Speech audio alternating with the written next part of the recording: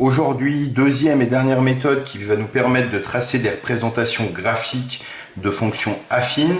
Cette fois, cette deuxième méthode ne nécessitera aucun calcul, donc pas besoin de faire de tableau de points. Il y aura juste à regarder le coefficient directeur de la fonction et son ordonnée à l'origine.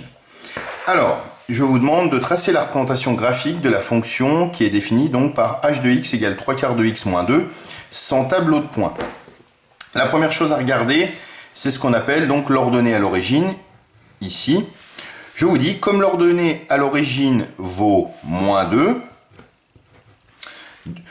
on place sur l'axe des ordonnées le point d'ordonnée moins 2. Donc, c'est ce qu'on fait ici. On se met à moins 2 sur l'axe des ordonnées.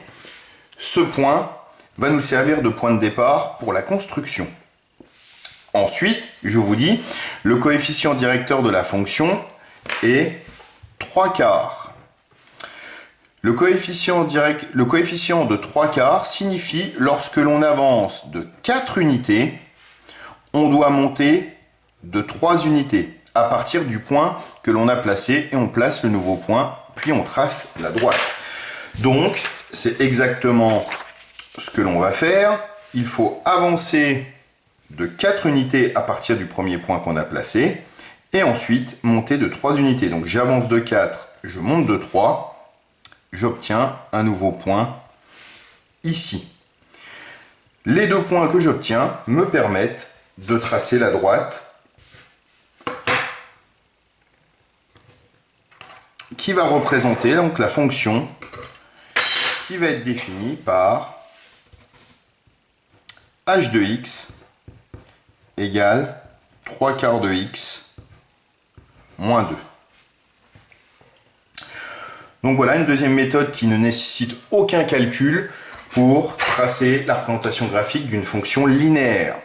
Attention, cette méthode ne marche que si le repère est orthonormé, c'est-à-dire que si les axes sont perpendiculaires et si c'est la même unité de graduation sur chacun des deux axes.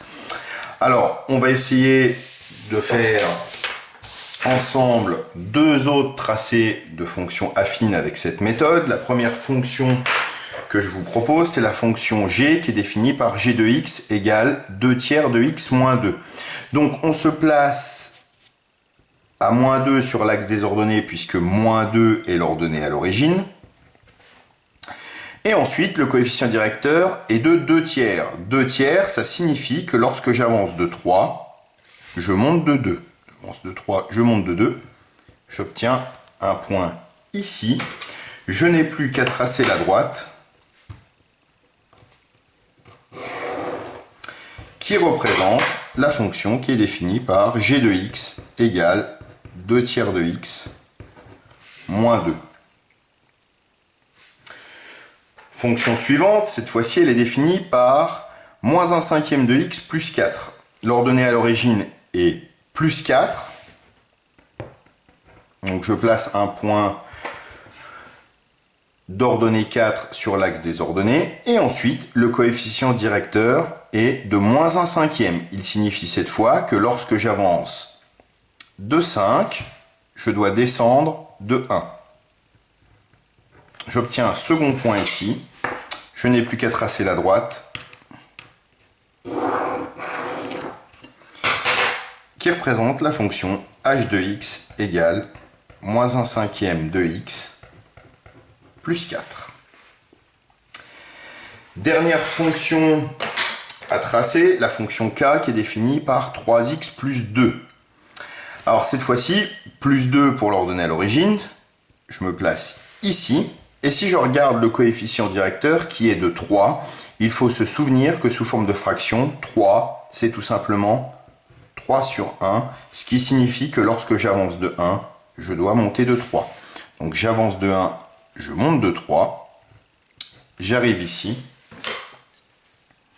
je n'ai plus qu'à tracer la droite.